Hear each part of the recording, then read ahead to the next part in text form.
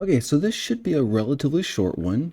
On this one, we're mostly just talking about the First Continental Congress. So this is the first time pre-Revolutionary War that the 13 colonies have anything close to a kind of government.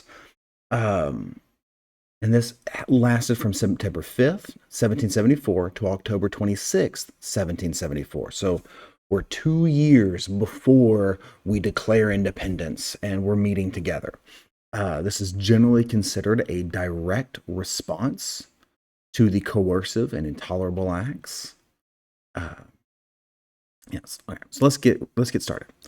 On September 5th, 1774, delegates from each of the 13 colonies except for Georgia, which at the time was fighting a Native American uprising and was dependent on the British for military supplies. So they were definitely not going to do anything that they thought might upset the British. Everyone other than Georgia met in Philadelphia as the First Continental Congress to organize a colonial resistance to Parliament's coercive acts. Or the coercive acts, the intolerable acts.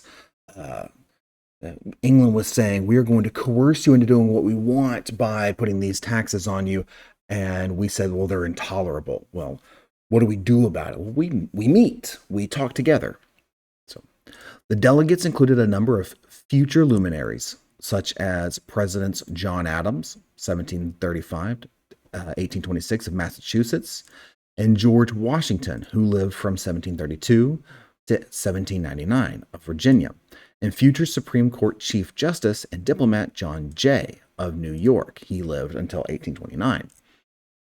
The Congress was structured with emphasis on the equality of participants and to promote free debate. After much discussion, the Congress issued a Declaration of Rights.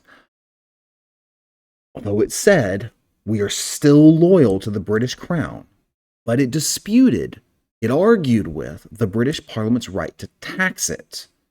The Congress also passed the Articles of Association, which called for the colonies to stop importing goods from the British Isles beginning on December 1st, 1774, if the coercive acts were not repealed. So what they're saying is first off, we're still loyal to the British government. We are not rebelling. Second off, until the coercive acts or until the intolerable acts, whatever you want to call it, until those are deleted and removed, we're not buying anything from Great Britain. We're going to hit them in the money.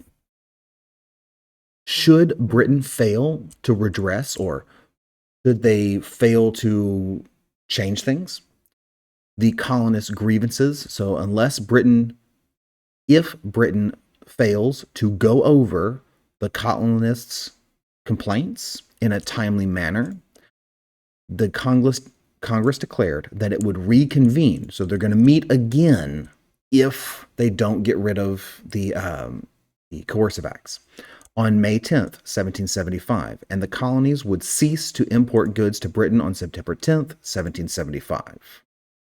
After proclaiming these measures, the First Continental Congress disbanded October 26, 1774. So it was a really kind of a short thing. They got together. They said, we don't like the coercive acts. We don't like the intolerable acts. Same thing. What are we going to do about it? Well, two things. First off, King of England, we're not rebelling. Second off, we're not going to buy anything new from Great Britain. And here are the dates that go with that. That's basically all they really did. So it's pretty simple. Remember, it's in response to the coercive intolerable acts, and it is the first time the colonial governments get together and try to actually communicate as if they are a governmental body, although they're very firm. We are not rebelling yet. Hopefully this helps you out.